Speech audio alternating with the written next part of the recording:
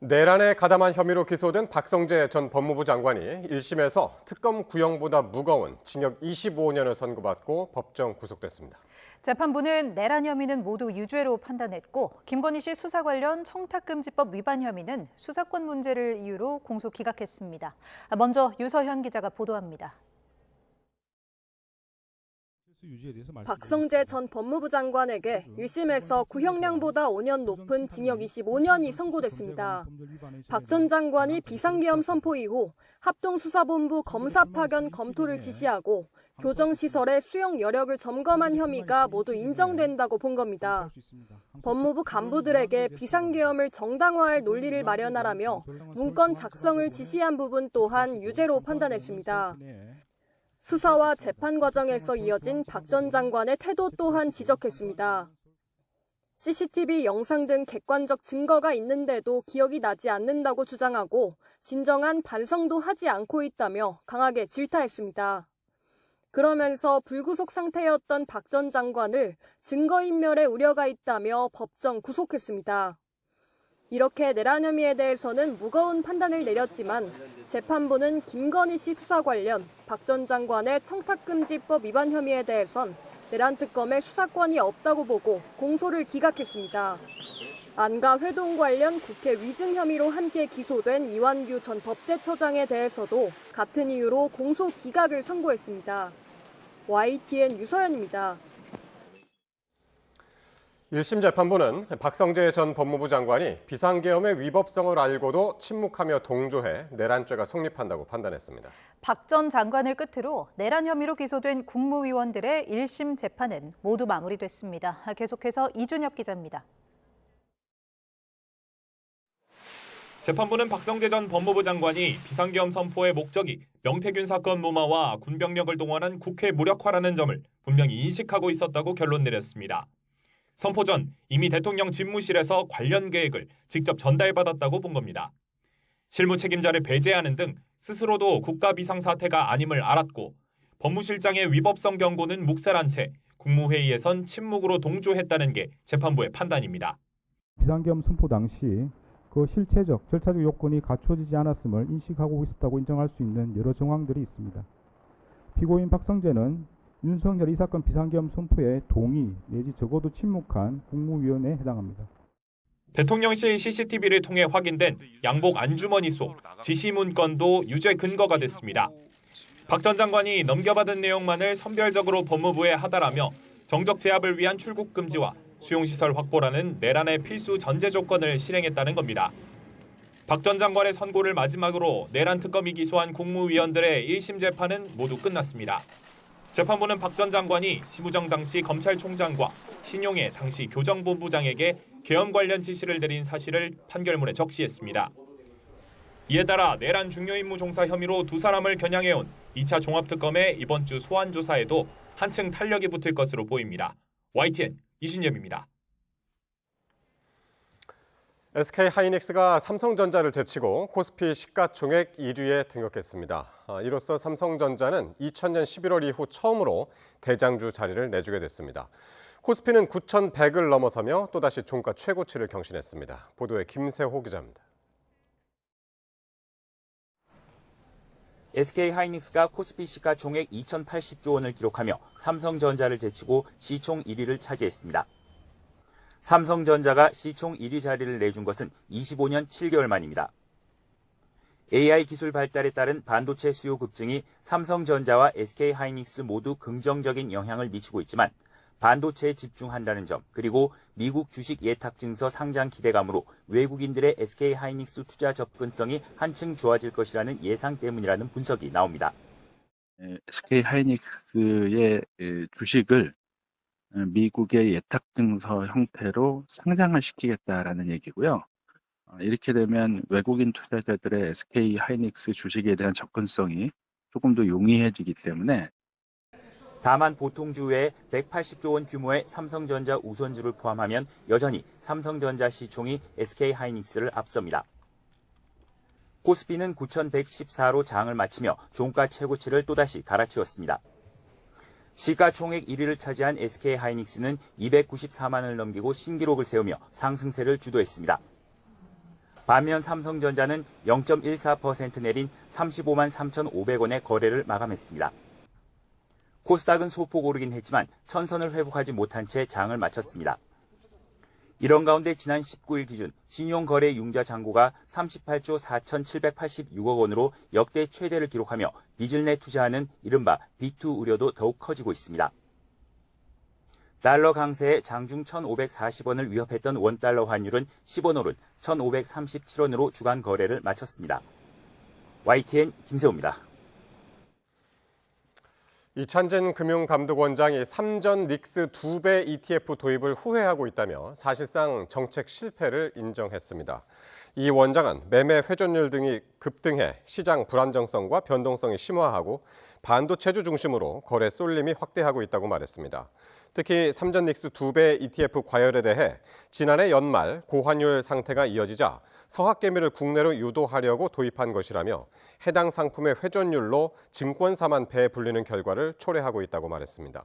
또 부작용은 너무 커진 부분에 정부 입장에서도 고민이 많다면서 도입 당시 어떻게든 드러누워서 막았어야 했나 개인적으로 반성하는 상황이고 후회를 많이 한다고 말했습니다.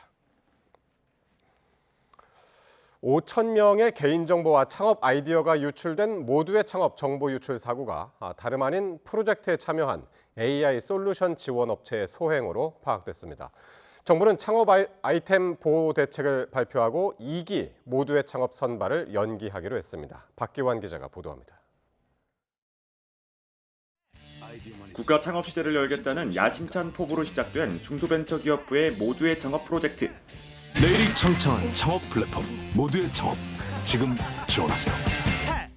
창업 아이디어를 가진 도전자라면 손쉽게 플랫폼에서 신청해 AI 솔루션 등 창업 과정 전반을 지원한다는 취지의 사업입니다. 지난 15일 12.6대 1의 경쟁률을 뚫은 합격자 5,000명이 발표됐지만 대통령께서 국가 창업시대 전략회의에서 창업 이전의 스타트를 돕는 것들이 필요하다는 말씀을 주셨고 이 한 문장으로 모두의 창업을 시작했습니다. 같은 날 합격자들의 소중한 창업 아이디어와 개인정보는 허무하게 외부로 유출됐습니다. AI 솔루션 지원업체가 비정상적인 접근을 통해 합격자들의 이메일과 창업 아이디어, 심사평 정보를 암호화된 상태로 가져갔습니다. 인공지능 도구를 활용해 관계자인 것처럼 정보를 빼갈 동안 보안 시스템은 작동하지 않았습니다. 정부가 유출 사실을 인지한 것도 외부 제보 덕이었는데 합격자들에게 정보 유출 사실을 알린 것은 68시간이나 더 지나서였습니다. 지난달에도 비공개 팀원 정보 8천여 건 등이 무단 노출됐지만 중기부는 이 사실조차 인지하지 못하는 등 허술한 관리 실태가 고스란히 드러났습니다. 정부를 향한 비판이 거세지자 국무총리 후보자로 지명된 한성숙 중소벤처기업부 장관은 고개 숙여 사과했습니다. 모두의 창업 플랫폼 개인정보 유출로 인해 걱정과 불편을 겪으신 이용자 여러분들께 진심으로 사과드립니다. 정부는 유출된 창업 아이디어 보호를 위해 영업비밀 원본 증명과 함께 기술 임치, 전문 변호사 상담을 무상 지원하기로 했습니다. 도전자 개인 본인의 창업 아이디어임을 정부가 함께 입증해드리겠습니다. 200여 명의 지식재산, 특허, 전문 변호사들과의 1대1 밀착 상담을 또 2기 선발 일정도 연기하기로 했습니다. 모두의 창업 선발 과정 등에 대한 문제 제기도 나오면서 정부의 대표 창업 지원 사업 자체에 대한 비판 여론이 커지는 모양새입니다. YTN 박견입니다. 연어 술파티 의혹 관련 국회 위증 혐의로 기소된 이화영 전 경기도 평화부지사에게 유죄를 선고한 1심 재판부는 진술의 일관성이 부족하다고 지적했습니다. 이 전 부지사 측은 선고 결과를 납득하기 어렵다며 곧바로 항소장을 제출했습니다. 이수빈 기자가 보도합니다. 이화영 전 경기도 평화부지사의 국회 위증 혐의를 유죄로 판단한 1심 재판부는 판결문에서 이전 부지사의 진술의 신빙성이 떨어진다고 밝혔습니다. 증인들의 법정 진술은 서로 부합하고 이를 배척할 만한 사정이 없는 반면 피고인의 진술은 음주 장소와 음주량 등에 있어 일관되지 않는다고 지적했습니다. 이전 부지사 측은 소주 4병을 생수병 3개에 옮겨 담는 이른바 병가리가 이뤄졌다며 쌍방울 법인카드 사용 내역을 증거로 제출하기도 했는데 재판부는 이것만으로는 실제 술이 제공됐다고 보기 어렵다고 판단했습니다. 이른바 연어 술파티의 실체를 인정할 증거가 부족하다고 본 겁니다. 그러면서 국회 청문회에서 기억에 반하는 허위 진술을 함으로써 국민을 대표하는 국회의 권위와 국민의 신뢰를 크게 훼손했다고 지적했습니다. 선고 직후 항소 의사를 밝힌 이 전 부지사 측은 다음 날 곧바로 항소장을 제출했습니다. 술이 발입된 사실이 없다는 것이 증명이 됐다.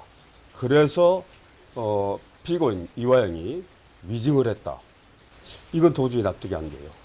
항소에서 꼭 다퉈볼 겁니다. 이 전 부지사 측은 수원지검에서 연어술 파티가 실제로 있었는데도 재판부가 인정하지 않았다며 이를 바로잡겠다고 밝혔습니다. 또 국민참여재판 배심원 7명 가운데 3명이 무죄 의견을 낸 만큼 검찰이 유죄를 합리적 의심 없이 입증했다고 보기도 어렵다고 강조했습니다. 이 전 부지사 측은 만약 혐의가 인정된다고 해도 징역 4개월의 실형은 지나치게 무겁다며 양형부당도 항소 이유로 들었습니다. 검찰은 판결문을 검토한 뒤 항소 기한인 다음 주 월요일까지 최종적으로 항소 여부를 결정할 것으로 보입니다. YTN 이수빈입니다.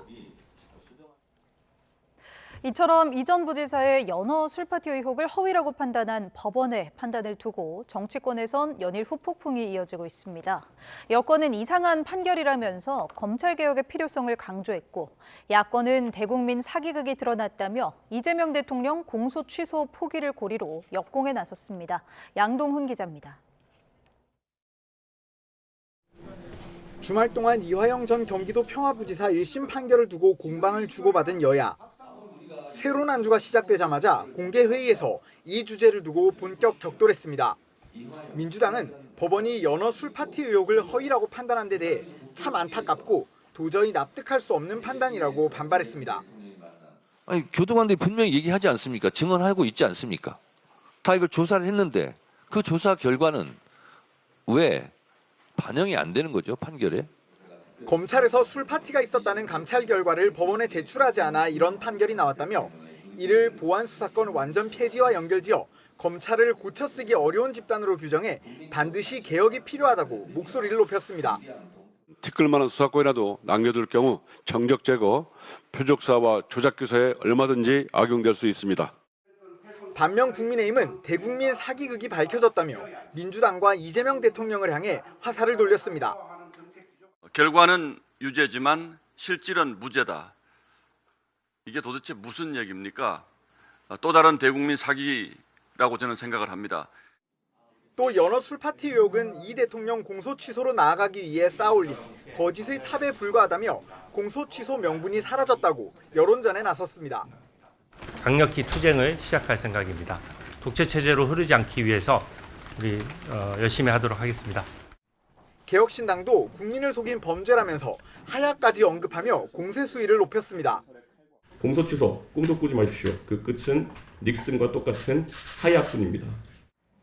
이런 가운데 조국 혁신당은 홍익표 청와대 정무수석을 만나 민주당이 검찰개혁에 미온적인 것은 아닌지, 한찬식 신임 민정수석이 적합한 인물인지 의문이라는 우려를 전달했습니다. 재헌절 이전에 검찰개혁 끝냅시다. 왜 이를 민주당 대표 선출 이후로 미룹니까? 그동안 검찰개혁과 내란 청산을 두고 한 목소리를 낸 범여권이지만 속도와 방향에서 조금씩 견해 차이가 드러나고 있습니다. 반면 범야권에서는 공소 취소를 막겠다며 공동 대응 방향을 논의하고 있어 앞으로의 전국 대치 전선이 어떻게 형성될지 관심입니다. YTN 양동훈입니다. 트럼프 대통령의 돌발 행동으로 한때 파행 위기를 겪었던 미국과 이란의 스위스 회담이 진통 끝에 일단 합의 도장을 찍고 마무리됐습니다. 양측은 호르무즈 해협과 레바논에서의 군사행동을 막기 위한 협의체를 꾸리고 60일간의 로드맵 구성에 합의했습니다. 김선중 기자의 보도입니다. 웃으며 시작된 협상은 18시간에 걸친 마라톤 회담으로 이어졌습니다. 특히 트럼프 대통령이 돌연 SNS를 통해 이란을 향한 협박글을 올리면서 한때 결렬 위기에 빠지기도 했습니다. 하지만 이번에도 중재국으로 참여한 카타르와 파키스탄의 설득이 통했습니다. 결국 밤샘 협상 끝에 60일간의 이른바 로드맵 구성에 합의했습니다. 양측은 최대 쟁점이었던 호르무즈 해협과 레바논 전쟁의 해법을 찾기 위한 협의체를 꾸리기로 했습니다. 이란 측은 경제 제재도 대폭 풀기로 했다고 소개했습니다. 원유와 석유화학 제품에 대한 수출 제재가 풀렸고 호르무즈 해상 봉쇄도 해제됐다며 대규모 재건 개발 계획이 시작됐다고 밝혔습니다. 아바스 아라그치 이란 외무장관은 중재국들의 적극적인 노력 덕분에 중대한 진전을 이뤘다고 평가했습니다. 다만 이란 핵 관련된 내용은 구체적으로 알려지지 않았습니다. 이에 따라 60일 동안 이어질 후속 협상에선 우라늄 농축 관련 쟁점 조율이 최대 관건이 될 것으로 보입니다. 물론 여전히 반발하고 있는 이스라엘이 어떻게 나올지가 이번 로드맵 출발의 첫 시험대가 될 수밖에 없습니다. YTN 김선중입니다. 이란 전쟁으로 호르무즈 해협에 갇혀있던 우리 선박 2척이 해협을 무사히 빠져나왔습니다. 미국과 이란의 종전합의 이후 처음인데요. 남은 선박 22척도 양국의 협상 상황을 지켜보며 통항을 기다리고 있습니다. 손효정 기자의 보도입니다. 지난 2월 말 미국과 이란의 전쟁이 터지면서 호르무즈 해협에 갇힌 우리 선박은 모두 26척. 이란 측과의 협의를 거쳐 H&M 소속 유조선과 SK해운의 액화 천연가스 운반선이 먼저 빠져나왔지만 24척은 여전히 해협에 남아 있었습니다. 이런 가운데 우리 선사가 운용하는 선박 2척이 추가로 해협을 통과했습니다. 미국과 이란이 종전 양해각서를 체결한 뒤 한국 선박이 해협을 빠져나온 건 이번이 처음입니다. 이란이 60일 동안 통항료 없이 선박들이 호르무즈 해협을 통항할 수 있도록 조치한다는 양해각서 조항에 따른 겁니다.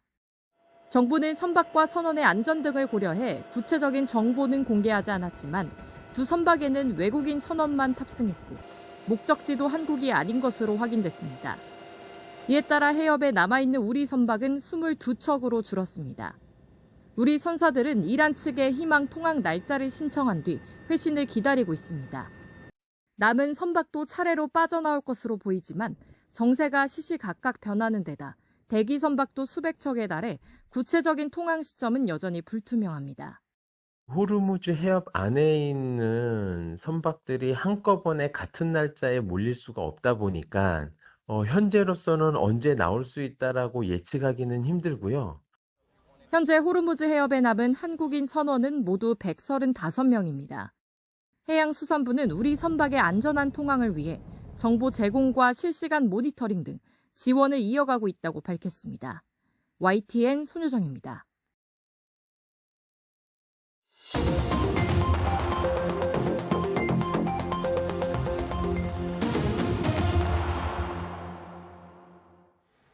정치권 관심 뉴스 짚어보는 포커스 나이트 시간입니다. 오늘은 임세은 더불어민주당 선임 부대변인, 정광재 동현정치연구소장 나오셨습니다. 어서 오십시오. 네, 안녕하세요. 안녕하십니까? 자, 6월 말로 접어들면서 더불어민주당이 본격적인 당권 경쟁으로 들어가는 것 같습니다. 정청래 대표는 이르면 내일 대표직을 내려놓고 연임 도전을 공식화할 것으로 알려졌고요. 김민석 총리는 오늘 총리로서 마지막 기자회견을 열고 본격적인 당권 행보를 예고했습니다. 두 사람의 오늘 발언 먼저 듣고 말씀 나누겠습니다. 숟가락만한 보안 수사권이라도 주면 그 숟가락으로 칼을 만들어서 정권에게 언제 그 칼을 들이댈지 모를 일입니다. 보안 수사권에 티끌마저 없애야 된다라고 저는 생각합니다. 보안 수사권 완전 폐지가 정답입니다.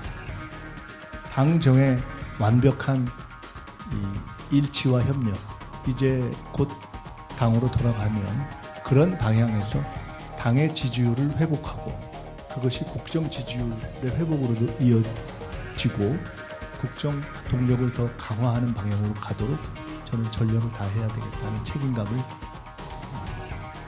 점점 더 강하게 느끼고 있습니다. 보안 수사권 폐지가 현 시점에서는 불가피하다는 생각을 가지고 있습니다. 자, 들으신 것처럼 정청래 대표와 김민석 총리가 오늘 공통적으로 한 얘기가 있습니다. 보안 수사권 폐지였는데 정 대표에 의해서 김 총리까지 보안 수사권 폐지가 불가피하다라는 입장을 밝혔습니다. 어떻게 들으셨나요? 지금 보안 수사권 관련해서는 그동안 여러 논의가 있긴 했었지만 이 당 내에서도 폐지가 맞다 틀리다 이제 의견이 극명하게 갈렸던 사안이 바로 이 사건이거든요. 특히나 이제 지지자들 사이에서 보안 수사권을 폐지해야 된다 아니면 일부는 보존해야 된다라는 의견으로 갈린 만큼 이 문제가 자칫 조금 더 심화가 되게 된다면 이 당내 갈등이 좀 더 극화될 수 있다라는 그런 지점에서 아마 김민석 총리도 이렇게 말씀을 하신 것 같고요. 일단 이재명 대통령께서는 일단 검찰 개혁의 큰 틀인 수사와 기소의 완전한 분리에는 완벽하게 동의를 하면서도 보안 수사권 전면 폐지에 대해서는 그동안 좀 우려의 목소리를 내신 적이 있습니다. 특히나 지난주 금요일에 있었던 그 유럽 선방 성과 브리핑에서 이제 질답 과정에서 이 보안 수사권 폐지에 관해서는 너무나 예민한 주제고 또 완전히 지금은 순수한 상태가 아니다. 정치적 슬로건으로 활용된 측면이 있다라는 말씀까지 하신 만큼 좀 성숙한 토론과 어떻게 보면은 국민의 피해가 전혀 없고 억울한 부분이 없는 그런 보안 장치를 이제 요구를 하셨습니다.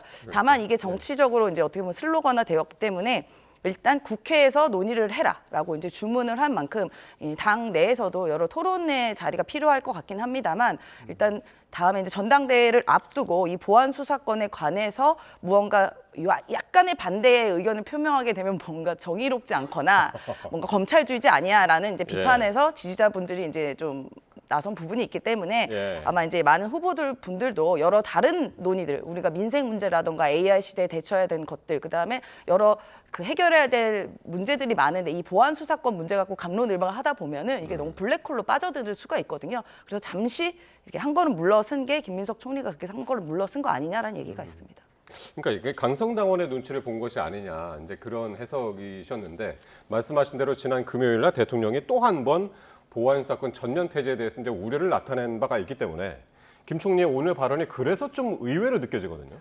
일단 정청래 민주당 대표는 보안 수사권 전면 폐지 이 9글자로 강성 당원들의 표심을 확보해야겠다라는 의지가 굉장히 강한 것 같아요. 김민석 총리는 그동안에는 청와대와 보조를 맞추는 정도의 스탠스를 보였었는데 당장 급한 게 이번 8월 17일에 있는 당대표 선거다라고 생각하는 게 아닌가 싶습니다. 그래서 지금은 강성 지지자들의 표심을 얻기 위해서는 나중에는 좀 모르겠지만 지금 당장은 보안 수사권과 관련해서 완전 폐지하겠다라는 의견에 공감하는 것이 당대표 선거에 당연히 도움이 되겠다라고 판단을 하는 것 같아요. 그런데 이것은 사실 국가 전체로는 상당히 비극적인 일입니다. 검찰청 폐지와 관련한 부작용들이 속출하고 있습니다. 그런데 검찰청 폐지의 마지막 그래도 이제 그 수단이 될 수도 있을 거라고 생각했던 보안 수사권마저 전면 폐지하게 된다면 당대표 선거에서 승리하기 위해 나라 살림, 그러니까 국가의 정상적인 사법 시스템은 내팽겨쳐도 좋은 것 아니냐 이런 식의 인식을 줄 수 있을 거라고 생각이 들거든요. 그래서 이런 논의 자체는 사실 당대표 선거에는 도움될 수 있겠지만 과연 이재명 대통령이 국정을 제대로 운영하는 데는 얼마나 도움이 될까 이 부분과 관련해서는 좀 숙고의 시간이 필요할 것이라고 생각합니다. 김민석 총리가 전당대회를 앞두고 나중엔 모르겠지만 일단은 폐지하는 쪽으로 이렇게 이야기를 한 것 같다 말씀하셨습니다. 자, 앞서서 어제는요, 6.3 지방선거 이 단체장 당선자 워크숍에 이 두 사람이 나란히 참석을 했는데 당정청 원팀을 강조했지만 좀 온도차가 느껴졌습니다. 정청래 대표는 강릉, 동해 등의 이제 기초단체장 승리를 거론하면서 눈부신 선전이다라고 강조를 했고요. 반면에 김민석 총리는 아쉽게도 완벽한 승리라고 선언하기는 어렵다 이렇게 평가를 했네요. 그러니까 그동안에 이제 강릉이나 동해 같은 곳은 우리 민주당의 입장에서 보면 험지 중에 이제 험지로 저희가 이제 분류가 됐던 곳이고 단 한 번도 당선이 된 전례가 없었습니다. 근데 이번에 그 후보자분들께서 이 두 분, 뭐 두 군데를 포함해서 다른 또 어려운 지역에서 당선된 곳이 많거든요. 이제 이런 부분에 대한 이제 칭찬과 치하의 표현으로 말씀을 하신 거다라고 보고 사실 대통령께서도 말씀하셨지만 이번 지방 선거가 완벽하게 성공이라고 할 수는 없다고 이야기했잖아요.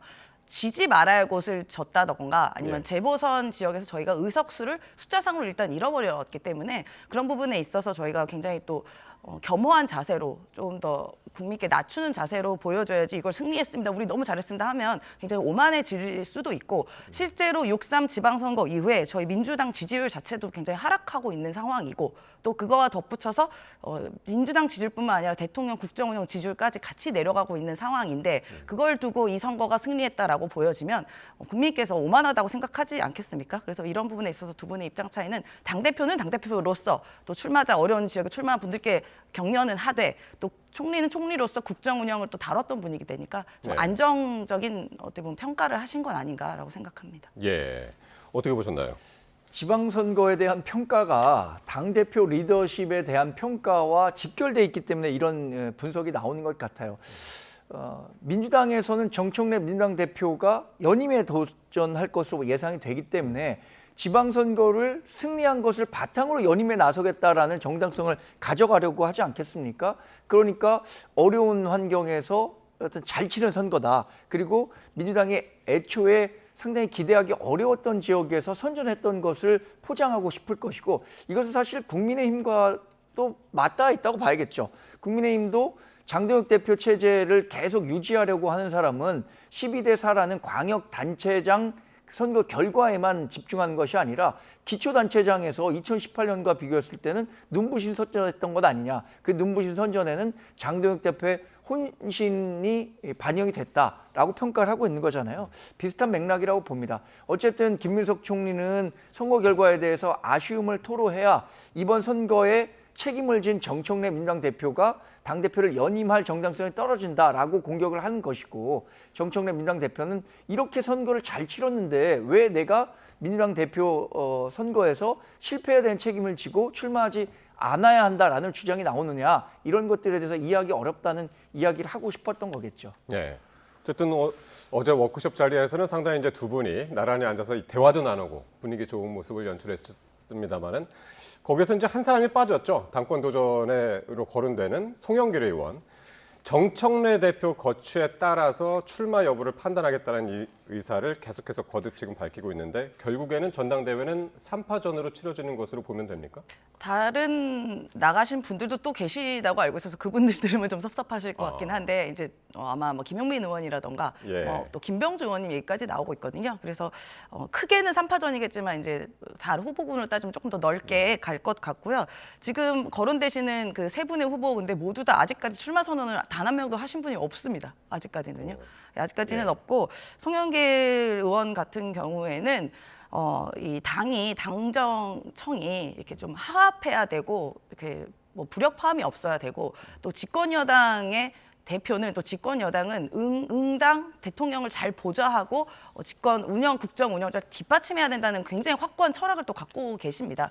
그런데 이제 그 부분에 있어서 지난 1년간 과연 우리가 이재명 대통령을 잘 보좌했냐에 대한 근본적인 의구심이 좀 있으신 것 같고요. 그렇기 때문에 정청래 당대표의 출마 여부와 연동해서 본인의 출마를 결정하겠다라는 말씀을 하신 것 같은데 어쨌든 저희는 다 모두가 소중한 저희 민주당의 자산분들이고 훌륭한 정치 리더들이기 때문에 아름다운 경쟁으로 전당대회를 아름답게 마무리할 거다라고 믿고 있습니다. 예, 아름답게 마무리가 돼야죠. 근데 이제 지금 송영길 의원이 외교부 장관 입각설이 나와서 요게 좀 변수가 될 것 같은데 요거는 어떻게 듣고 계신가요, 소장님? 근데 송영길 의원은 당대표 선거가 우선이라는 입장인 것 같아요. 근데 송영길 대표가 지금 얘기하고 있는 것은 과연 민주당 대표로서 나오려고 하는 건지 아니면 정청래 민주당 대표의 연임을 맡기 위해서 나오는 건지 그 가닥을 잡기가 좀 어려운 것 같습니다. 송영길 의원이 정청래 민주당 대표가 나온다면 본인도 나올 것이다라는 요지의 얘기를 했잖아요. 그러면 지금 정청래 민주당 대표가 나올 게 거의 확실시 되기 때문에 크게 보면 3파전으로 치러지게 되겠죠.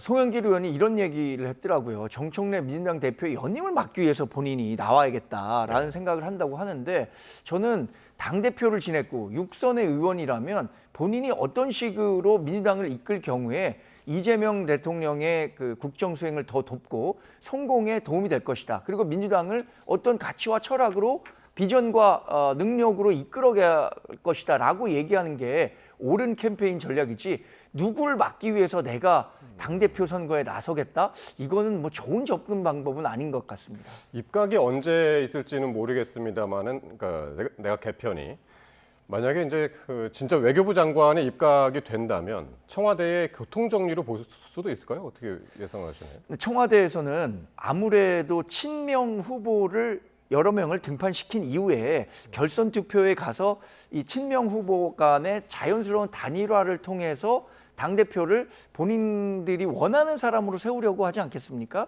8월 17일 이전에 송영길 의원이 만약에 외교부 장관으로 입각하게 된다면 모든 전력을 뭐 김민석 후보에게 몰아주겠다는 뜻으로 해석될 것 같은데 저는 그러기는 좀 쉽지 않을 것 같은 생각입니다. 예. 자, 이런 가운데 이재명 대통령 국정수행 지지율이 나왔는데요. 5주 연속 하락세를 보이면서 취임 후에 처음으로 부정평가가 긍정평가를 앞서는 그런 결과가 나왔습니다. 리얼미터 조사 결과인데요. 긍정평가가 46.7%, 부정평가가 49.7%로 오차범위 내에서 부정평가가 긍정평가를 웃돌았습니다. 원인은 어떻게 보십니까?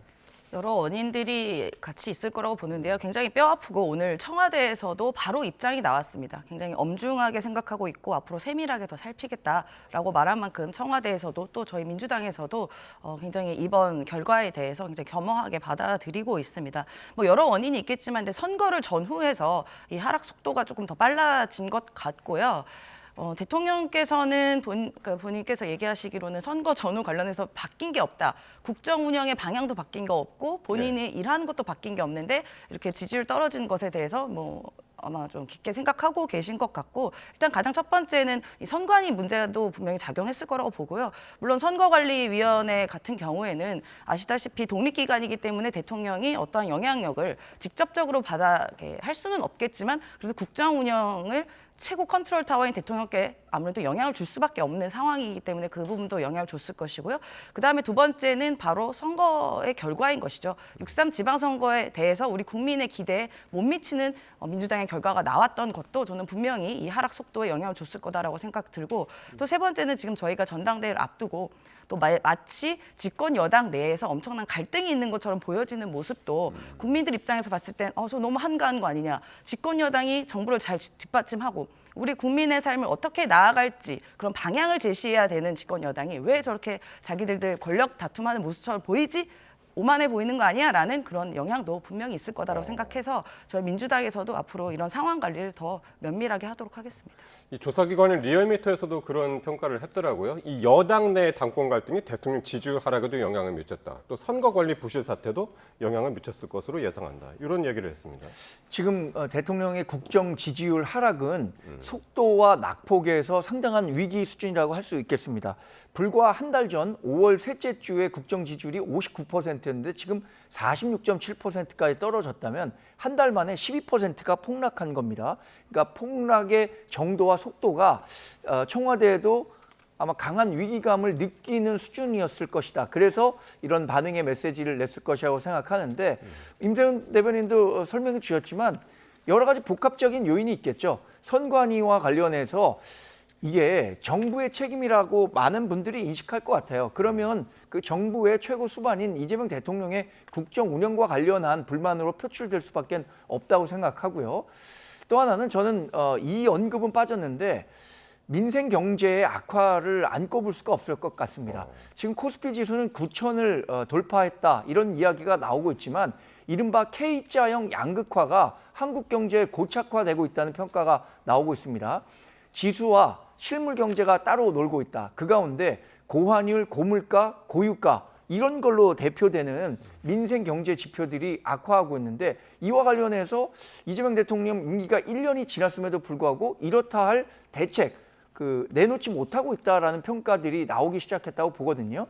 그런 측면에서 이번 청와대 수석급 인사가 있었잖아요. 예. 여기에 왜 경제 정책을 총괄하는 사람들에 대한 교체가 없었는지 이런 부분에 대한 문제 제기도 안 할 수가 없겠습니다. 이러면서 뭐 내각 교체도 지금 빨라지는 것 아니냐 그런 평가가 있는데요. 그런 전망이 있는데요. 한번 지켜보도록 하겠습니다. 자, 닷새째 입원 중인 장동혁 국민의힘 대표의 당무 복귀가 임박한 가운데 국민의힘 내부에서는 선거 결과 해석과 또 장 대표의 거취 문제를 둘러싼 이견이 이어지고 있습니다. 관련 발언 먼저 듣고 오겠습니다. 우리가 잘해서 그런 것이 아닙니다. 오만한 정권을 견제하고 6.3 국민 참정권 훼손 사태의 진상규명과 선거관리 시스템 개혁을 위해 싸우라는 대여투쟁의 명령이자 건강하고 유능한 보수정당으로 과감하게 혁신하라는 쇄신의 명령입니다. 과거에 얽매여 누가 잘했니, 누가 잘못했니 따지면서 서로의 공로와 책임을 다투고 있을 시간이 없습니다. 대표께서는 금주 내에는 무조건 복귀하겠다는 말씀을 하고 있는데 그 부분은 진행 경과를 조금 더 살펴봐야 될 것 같습니다. 당직 인선에 대한 보도가 여러 나왔는데 당대표께서 비서실장에게 당직 개편에 대한 검토 지시를 내리신 바 없고 이에 따라서 실무적으로 검토한 적도 없다는 점을 다시 한번 분명히 말씀드립니다. 정정식 원내대표는 당 지지율이 오른 건 국민이 쇄신을 요구한 결과이지 우리가 잘해서가 아니다. 이렇게 평가를 했습니다. 민주당 부대변인님 어떻게 들으셨습니까? 그러니까 지금 정점식 원내대표와 또 장동혁 대표를 위시로 한 그 지도부 당권파의 일부의 생각은 완전 정반대인 것 같아요. 정점식 원내대표 같은 경우는 우리 국민의힘이 유능한 보수 정당으로 과감하게 혁신하라는 쇄신의 명령이다. 그리고 뭐 반성해야 되고 성찰해야 된다. 이런 식의 반응을 보였는데 실제로 최근에 국민의힘에 나왔던 지방선거 관련된 결과 보고 같은 경우에는 굉장히 오만함을 보여주고 있습니다. 우리가 장동혁 대표가 전국을 잘 다니면서 뭐 선거를 했기 때문에 이겼다. 숫자상으로도 뭘 이겼다라고 하면서 굉장히 보기에 나쁘끄러울 정도로 본인들에 대한 칭찬 일색이었습니다. 예. 그다음에 이번에 있었던 선관위 문제에 관해서도 올림픽 공원에 있었던 청년들, 2030 청년 유권자들이 뜨거운 호응을 이끌었다. 저런 말을 어떻게 본인들이 할 수가 있는 것이죠? 저희 민주당이 이번 지방선거에 있어서 성공을 했다라고 말을 못하고 있지만 실제로 숫자상으로 보면 저희가 이긴 게 맞죠. 숫자상으로는. 근데 내용을 들여다보면 저희가 뭐 이겼다라고 그렇게 강하게 말씀을 못 드리는 거고 그러면 숫자상으로 봤을 때 국민의힘은 이긴 선거가 아니거든요. 근데 어떻게 저렇게 자화자찬을 하는지 이 정점식 원내대표와 지금 장동혁 대표 간의 의견 차이가 극명하게 있는 것 같습니다. 저는 사실 이번 선거 결과에 대한 장동혁 대표의 말을 보고 굉장히 웃기도 했는데 왜냐하면 이겼던 곳들 그러니까 의외로 선전하고 의외로 승리했던 곳은 대부분 곳이 장동혁 대표가 가지 않거나 못 갔거나 묻지 않은 곳이다라고 평가가 되고 있거든요. 이 부분에 대한 평가도 이루어지는 것이 공정하다라고 생각합니다. 그러니까 지금 말씀하신 그 국민의힘의 이른바 자화자찬 보고서 거기서 우리가 선방했다. 8년 전보다 당선인이 많다. 이제 그런 취지의 보고서가 나왔는데 정정식 원내대표는 이 보고서를 사전에 보고를 못 받았다.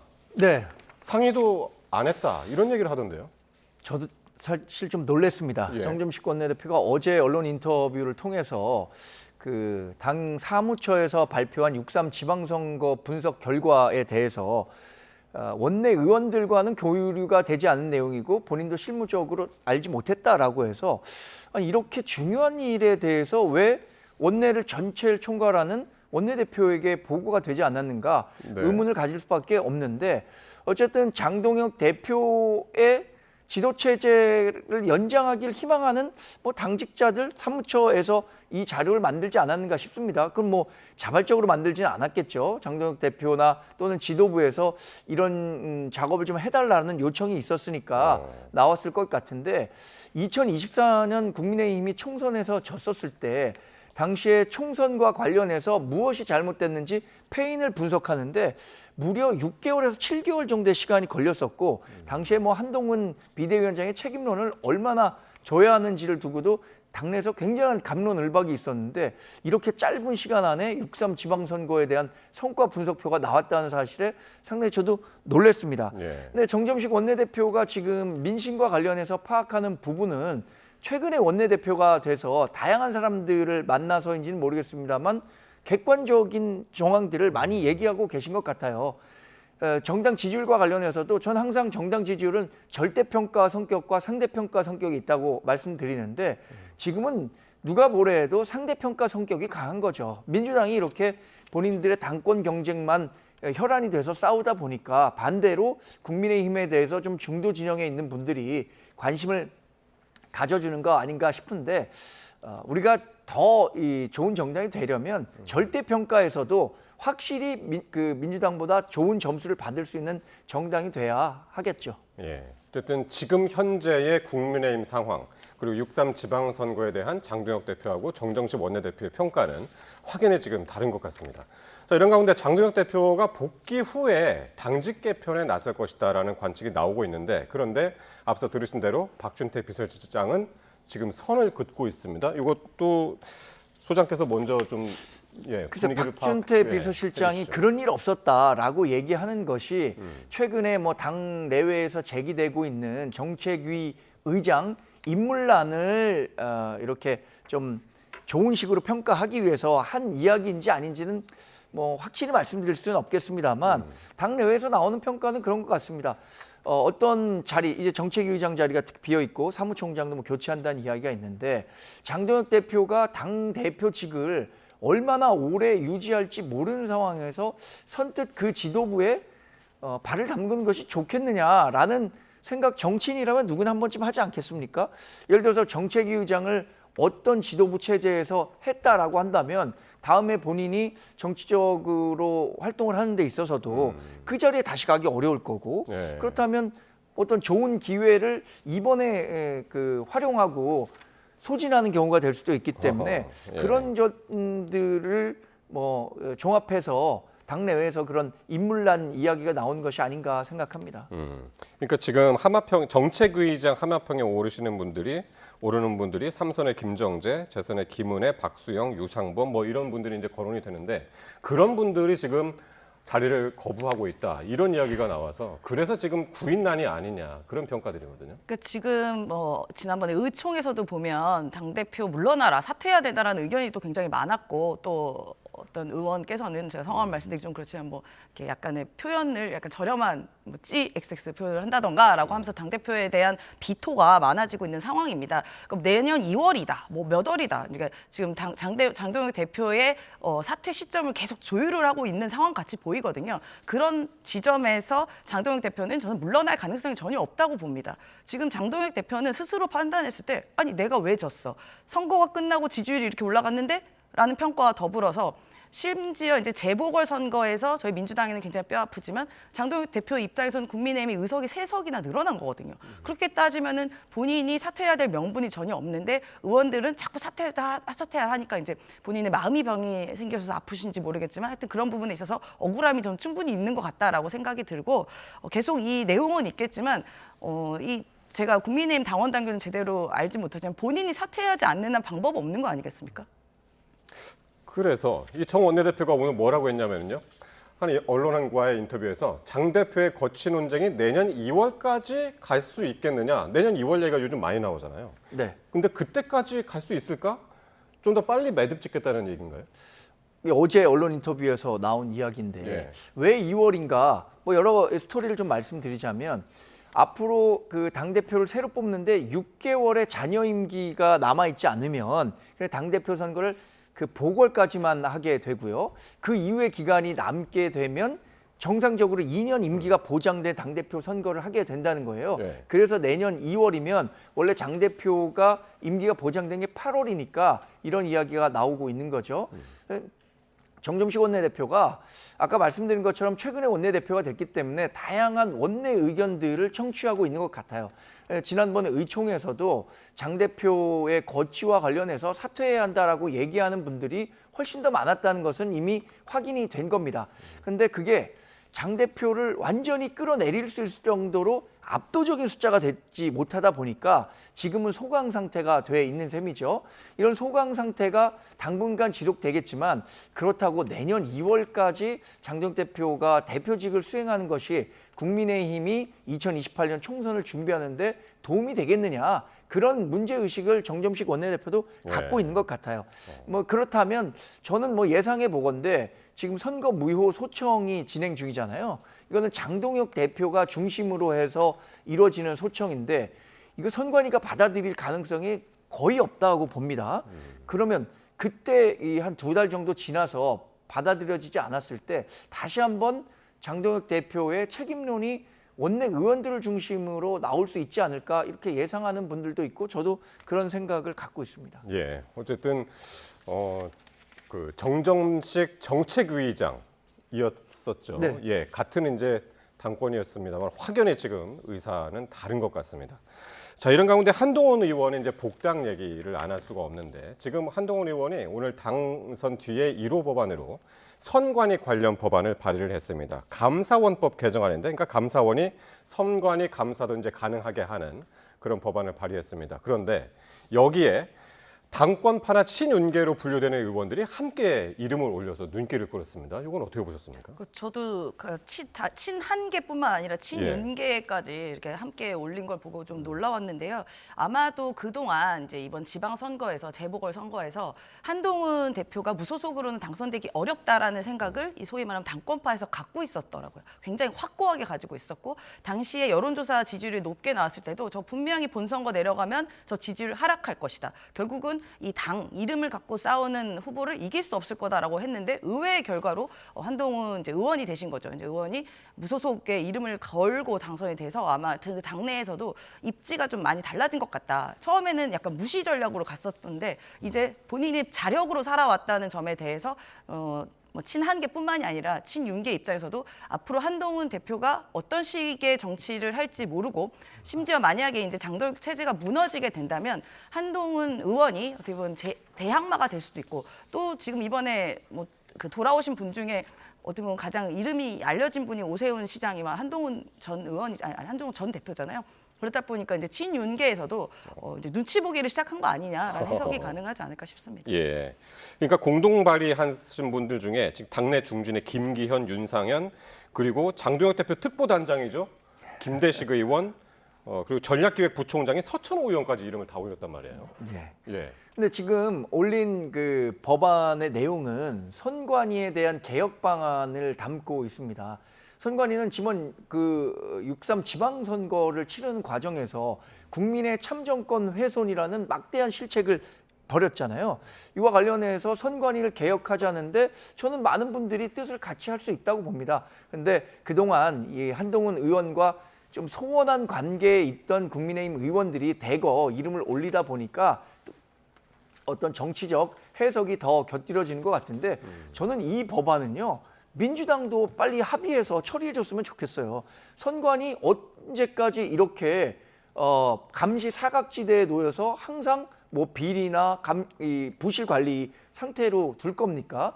지난번에 한동훈 의원이 얘기했던 내용이 햇볕이 들지 않는 곳에서 곰팡이가 자라기 마련이다. 그러니까 선관위에 햇볕이 들 수 있도록 하는 법안을 발의한 거예요. 이러면 민주당도 같이 한번 논의를 해서 법안을 통과시켜줘야 되는 건 아닐까요? 예. 한동훈 의원의 당선 뒤 1호 법안 이야기까지 해봤습니다. 지금까지 임세은 더불어민주당 선임 부대변인 정광재 동현정치연구소장과 함께했습니다. 고맙습니다.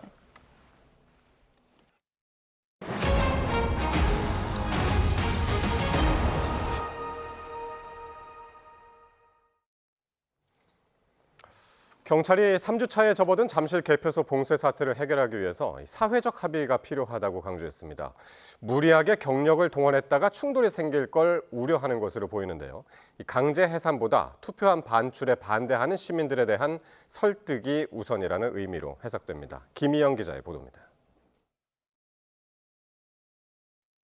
경찰이 잠실 개표소 내부 진입을 위해 당장은 물리력을 동원하지 않겠다는 뜻을 공개적으로 밝혔습니다. 유재성 경찰청장 직무대행은 지금 상황은 사회적 해결책이 필요한 사안이라고 말했습니다.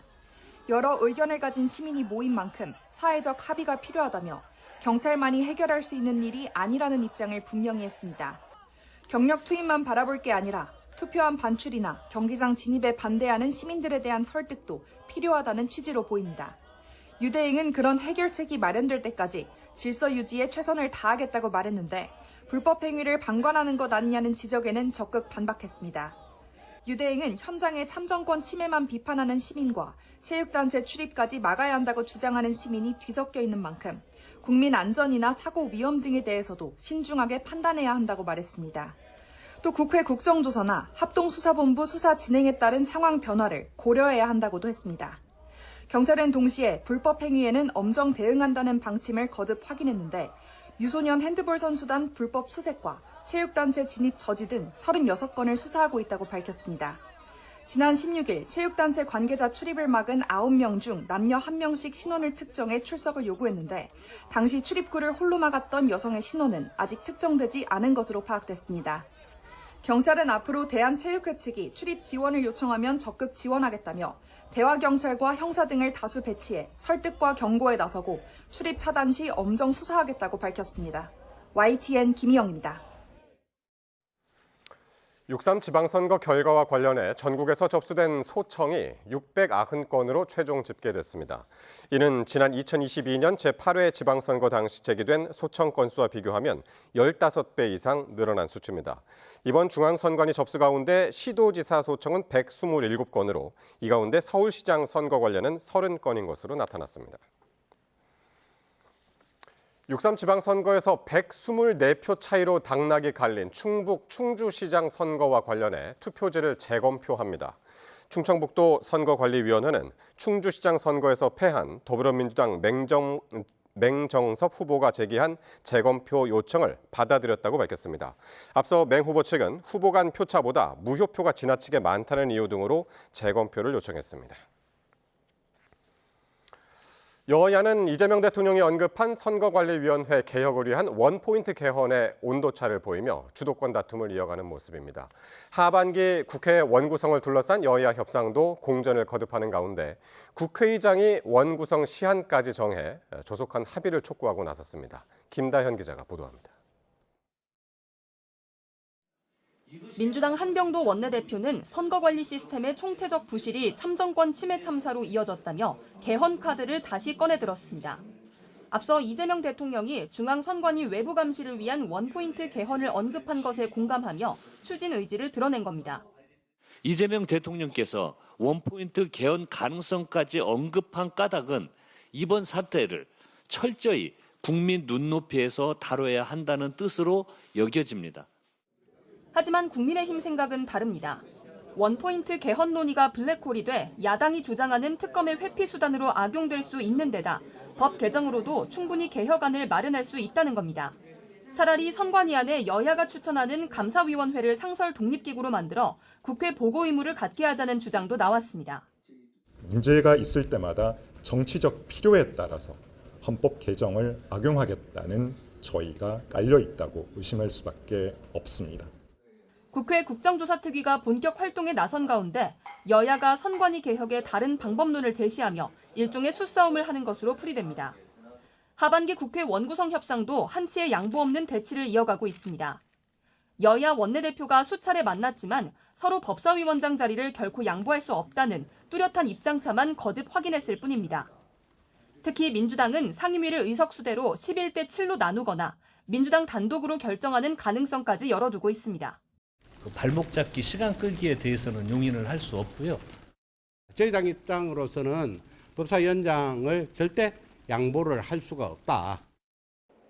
원구성과 관련해 조정식 국회의장이 오는 24일 정오까지 상임위 명단을 내라고 최후 통첩했지만 국민의힘의 반발 속 여야 협상은 여전히 안개 속입니다. YTN 김다현입니다. 12.3 비상계엄 사태에 가담한 혐의로 기소된 박성재 전 법무부 장관이 1심에서 징역 25년의 중형을 선고받고 법정 구속됐습니다. 재판부는 박 전 장관이 계엄의 국헌 문란 목적과 위법성을 알면서도 윤석열 전 대통령의 지시를 따랐다고 판단했습니다. 이어 법무부 간부회의에서 제기된 위법성 비판에도 별다른 반응을 보이지 않고 수용공간 점검과 출국 금지팀 대기 등을 지시한 직권 남용 혐의도 유죄로 인정했습니다. 이번에도 특검 구형보다 높은 형을 선고한 이진관 부장판사는 민주주의를 뿌리째 흔들려 했지만 반성하지 않는다고 박 전 장관을 강하게 질타했습니다. 수사 초기 무죄를 자신했던 박 전 장관은 징역 25년의 중형을 선고받고 구치소로 향했습니다. 권준수 기자입니다. 서울중앙지법 이진관 부장판사의 판단은 이번에도 엄격했습니다. 앞서 한덕수 전 국무총리에게 구형량보다 무거운 형을 선고한 데 이어 박성재 전 장관에게도 특검의 구형량인 20년을 뛰어넘는 징역 25년을 선고했습니다. 재판부는 박 전 장관의 죄책이 가볍지 않다고 지적했습니다. 헌법 수호의 책무를 지닌 법무부 장관으로서 그 의무를 저버린 채 국민의 기본권과 민주주의 질서를 심각하게 훼손한 내란 범행에 가담했다는 겁니다. 박성재 회의로 인해 대한민국은 자칫하면 국민의 기본권과 자유민주의 기본 질서가 유린당했던 어두운 과거를 회개하여 독재 정치라는 수렁에서 장기간 헤어나오지 못할 뻔하였습니다. 중형이 선고된 결정적 사유는 재판 과정에서 보여준 박 전 장관의 불성실한 태도였습니다. 재판부는 명백한 CCTV 영상이 있는데도 박 전 장관이 서슴없이 허위 진술을 하고 되레 새로운 증거가 나왔느냐며 따져 물었다는 점을 지적하기도 했습니다.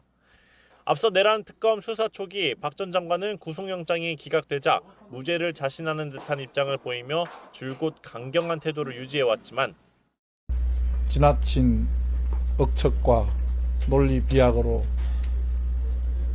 잘못된 자료를 근거로 한 무리한 청구였다고 생각합니다. 재판부는 증거인멸 우려를 인정해 법정 구속도 결정했습니다. 계엄이 실패로 돌아간 직후에도 박 전 장관이 부하 직원에게 계엄의 정당성을 방어하는 문건을 만들게 한 사실이 낱낱이 드러났습니다. 윤 전 대통령의 최측근으로 불린 박 전 장관은 결국 서울구치소에서 윤 전 대통령을 다시 만나게 됐습니다. YTN 권준수입니다. 박성재 전 법무부 장관 재판부는 김건희 씨 수사 청탁 의혹에 대해서는 내란 특검 수사 대상이 아니라며 공소를 기각했습니다. 내란 특검은 종합특검팀의 사건을 인계할 수 있는지 검토하기로 했습니다. 이어서 안동준 기자의 보도입니다. 박성재 전 법무부 장관은 내란 혐의와 함께 김건희 씨 수사 청탁 의혹 관련 혐의로도 기소돼 재판을 받았습니다. 김 씨가 디올백 수수 사건 관련 수사 지휘 사항을 청탁했고 박 전 장관은 공무상 비밀인 수사 상황을 확인해 이를 보고받았다는 혐의입니다. 하지만 재판부는 내란 특검의 수사 대상이 아니라며 해당 혐의에 대한 유무죄를 판단하지 않고 공소를 기각했습니다. 비상계엄 선포 7개월 전에 일어난 범행인데 윤석열 전 대통령이 검찰 전담수사팀 수사를 이유로 내란을 일으켰다거나 박 전 장관이 이런 계획을 인지하고 범행을 저질렀다고 보기는 어렵다는 겁니다. 다만 재판부는 공소기각 판결이 확정된 경우 적법한 수사를 다시 개시하고 기소도 할 수 있다며 여지를 남겼습니다. 내란 특검 측은 관련 사건을 수사하는 종합특검에 사건을 넘길지 살펴보겠다고 밝혔습니다. 종합특검의 수사 대상인지 여부를 판단하고 저희가 종합특검에 인계를 할 수도 있을 것 같습니다. 박 전 장관은 김건희 씨에 대한 검찰의 수사무마 의혹과 관련해 종합특검의 수사 대상에 올라 있습니다. 하지만 종합특검도 최대 수사기간이 한 달여밖에 남지 않아 김건희 씨 수사청탁 사건까지 들여다보기는 물리적으로 어렵다는 분석도 나옵니다. 이렇게 되면 사건이 국가수사본부로 이첩될 가능성도 있는데 내란 특검은 판결문 검토 등 종합적인 판단을 통해 사건 처분을 결정한다는 계획입니다. YTN 안동준입니다. 2차 종합특별검사팀이 윤석열 전 대통령의 체포 방해 사건과 관련해 소환에 불응한 국민의힘 나경원 의원에게 다시 소환을 통보하기로 했습니다. 종합특검은 오늘 체포 방해 사건과 관련해 나 의원 측이 아직 서면 답변서를 제출하지 않았다고 밝혔습니다.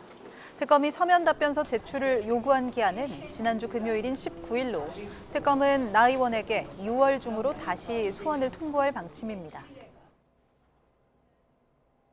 정교유착 비리 의혹을 수사하는 검경 합동수사본부가 신천지 이만희 총회장에 대한 신병 확보에 나섰습니다.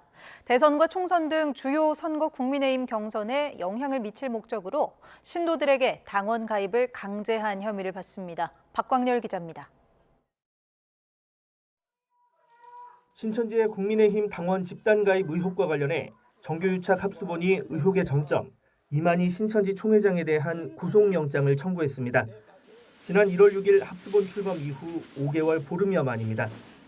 20대 대선과 22대 총선 등 주요 선거를 앞두고 윤석열 전 대통령 등을 지원하려 신도들의 국민의힘 입당을 강요했다는 게 의혹의 핵심입니다. 지파마다 필라테스 프로젝트 등의 이름으로 독려한 결과 5만 명 넘는 신도가 국민의힘 당원으로 가입했다는 게 합수본의 판단입니다. 정당법은 본인의 자유의사에 반하는 정당 가입을 금지하고 이를 어기면 2년 이하 징역 또는 200만 원 이하 벌금형을 규정했습니다. 합수본은 당원 가입 강요와 당비 대납 등 전반에 이 총회장 영향력이 있었다고 보고 있습니다. 당원 가입 행위로 국민의힘 선거 업무에 지장이 초래됐다고 보고 업무 방해 혐의도 함께 적용했습니다.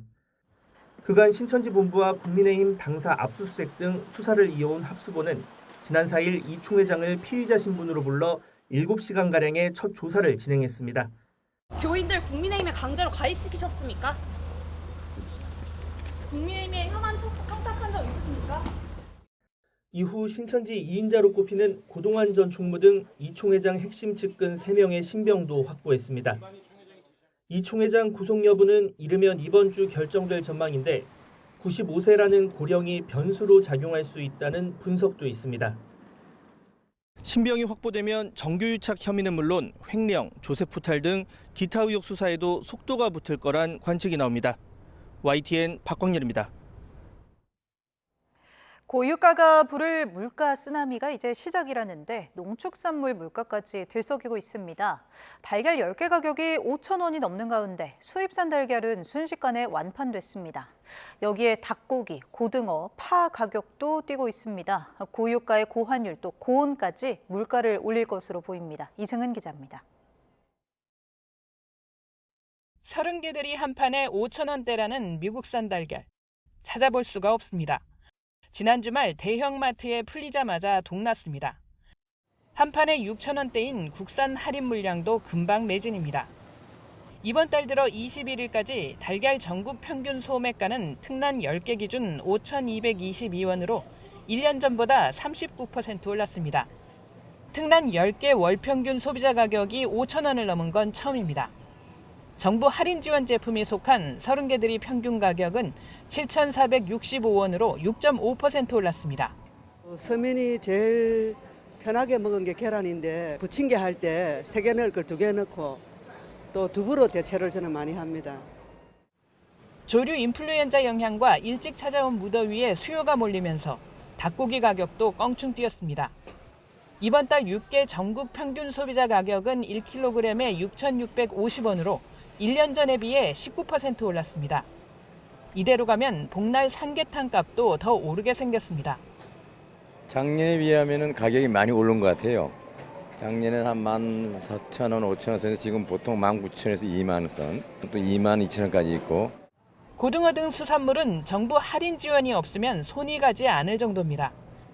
대파가 18% 오르는 등 고유가 충격 속에서도 상대적으로 안정적이었던 농산물 가격이 심상치 않습니다.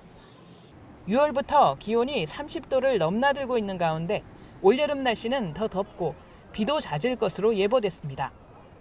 정부는 일단 3분기 전기요금 동결에 이어 수입 부분에 대한 조치와 비축 물량 방출, 할인 지원 정책 등을 쓰고 있습니다. 하지만 고유가가 석유 제품을 넘어서 상품값 등 생활비 전반에 영향을 미치는 후유증이 남은 데다 고환율도 계속돼 물가 관리에 비상이 걸렸습니다. YTN 이승은입니다. 온라인 동영상 서비스 티빙의 개인정보 유출 최종 피해 규모는 1,953만 명으로 정부가 초기 발표한 잠정치보다 650만 명이 늘어난 것으로 드러났습니다. 이정현 더불어민주당 의원실은 개인정보보호위원회와 과학기술정보통신부에서 관련 자료를 제출받았다며 이같이 밝혔습니다. 그러면서 유출 항목에는 이름과 아이디, 비밀번호 외에도 명의 도용 등 금융범죄에 악용될 위험이 높은 연계 정보와 연계 인증 정보가 포함돼 2차 피해 우려가 심하다고 지적했습니다. 스타벅스 코리아가 창사 이후 처음으로 전국 모든 매장의 문을 일찍 닫고 전 직원 교육에 나섰습니다. 지난달 불거진 탱크데이 마케팅 논란에 대한 후속 조치인데 재발 방지 시스템 구축과 사회 공헌 활동 확대 방안도 함께 내놨습니다. 오동건 기자가 취재했습니다. 평소 손님들로 붐비는 스타벅스 광화문점. 오후 3시가 되자 매장 문이 닫히고 손님들의 발길도 멈춥니다.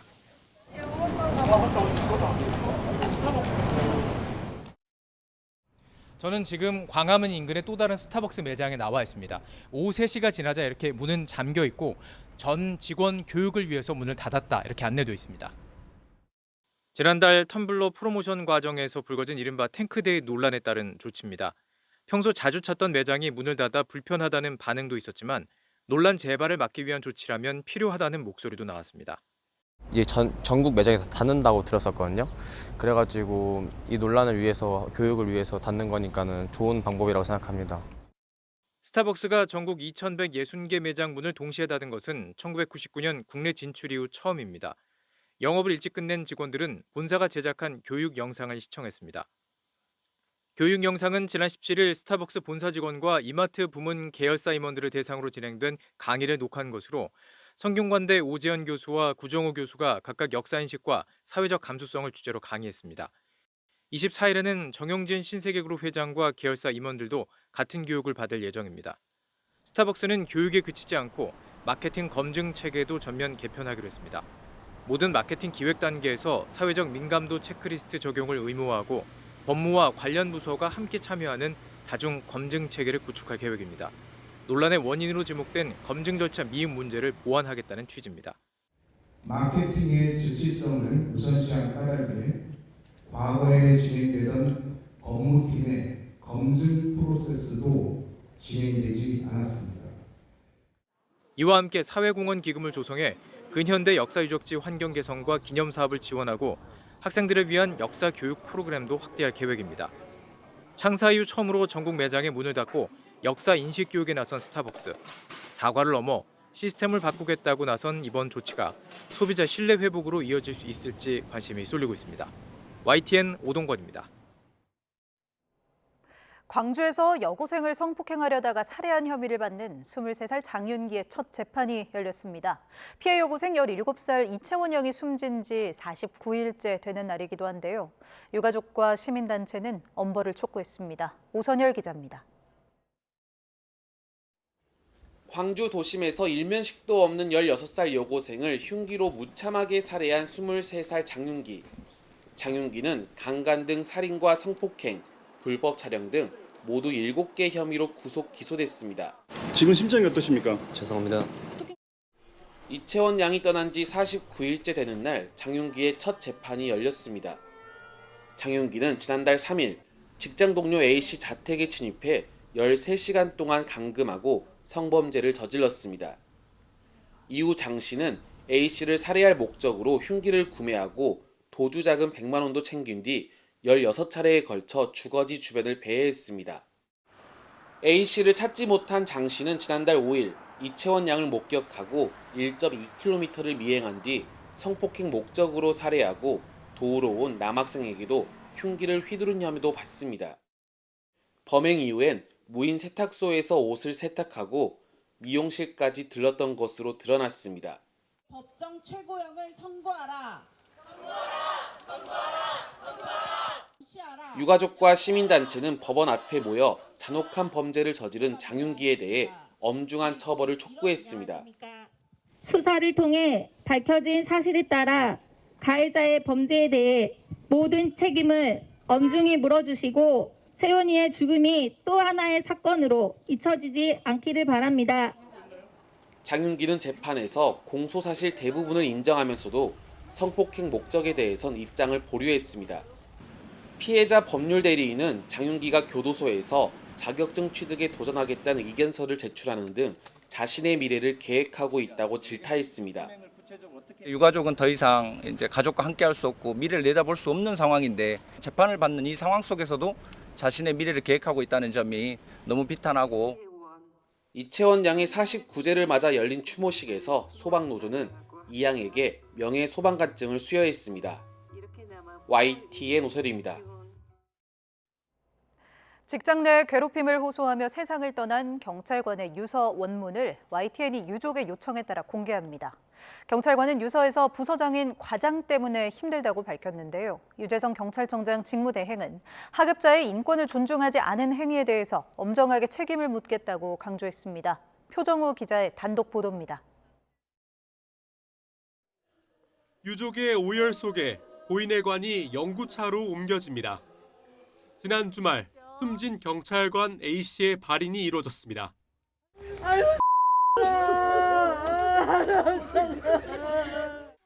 유족은 A씨 죽음을 공론화해 억울함을 풀고 싶다며 유서 원문을 공개했습니다. 유서에서 A씨는 자신이 떠나는 건 절대 가족 탓이 아니라며 위로하고 미안해했습니다. 함께 일한 같은 부서 동료들에겐 고마움을 전하면서 자신의 일로 불이익을 받지 않기를 바란다고 썼습니다. 그리고 유서 말미에 저는 과장님 때문에 힘든 것밖에 없습니다. 이런 거 써봐야 과장님 불이익까지 않을 거 알고 있습니다. 본청에 인맥이 많으시니까요. 라고 적었습니다. 유서 속 글씨는 흔들렸고 마지막까지 고심한 듯 썼다가 줄을 그어 지우려 한 흔적도 보였습니다. 눈물을 흘린 것처럼 군데군데 글씨가 번지기도 했습니다. 유족은 A씨 죽음에 대한 철저한 진상규명과 책임자 처벌을 요구하는 가운데 유재성 경찰청장 직무대행은 이번 일을 엄중히 보고 있다며 신속하게 감찰에 착수해 조사하고 있다고 밝혔습니다. 또 경찰의 업무는 헌법과 인권의 바탕을 둬야 한다는 점을 누누이 강조해왔다면서 시민을 대할 때뿐만 아니라 경찰 내부적으로도 상급자가 하급자의 인권을 존중하는 건 당연하다고 말했습니다. 그러면서 하급자의 인권을 존중하지 않은 행위에 대해선 엄정하게 책임을 물을 거라고 강조했습니다. 유서에 언급된 과장은 유족에게 업무상 필요한 지시와 확인이 있었을 뿐 A씨를 괴롭히려고 한 건 아니었다고 밝힌 걸로 전해졌습니다.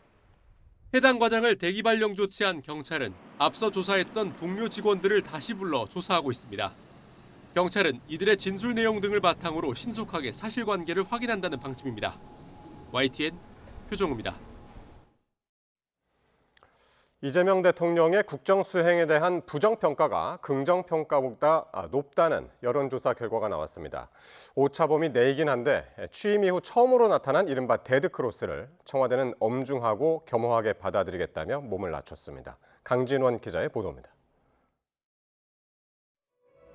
리얼미터가 에너지경제신문 의뢰로 지난 15일부터 19일까지 전국 성인 남녀 2,517명을 대상으로 이재명 대통령의 국정 지지율을 조사했습니다. 국정 수행을 긍정평가한 비율은 5월 둘째 주 이후 5주 연속 하락해 46.7%로 나타났습니다. 반면 부정평가한 응답자는 같은 기간 계속 늘어 49.7%를 기록했습니다. 오차 범위 아니긴 하지만 리얼미터 조사에서 부정평가가 긍정평가를 앞선 건 이 대통령 취임 이후 이번이 처음입니다.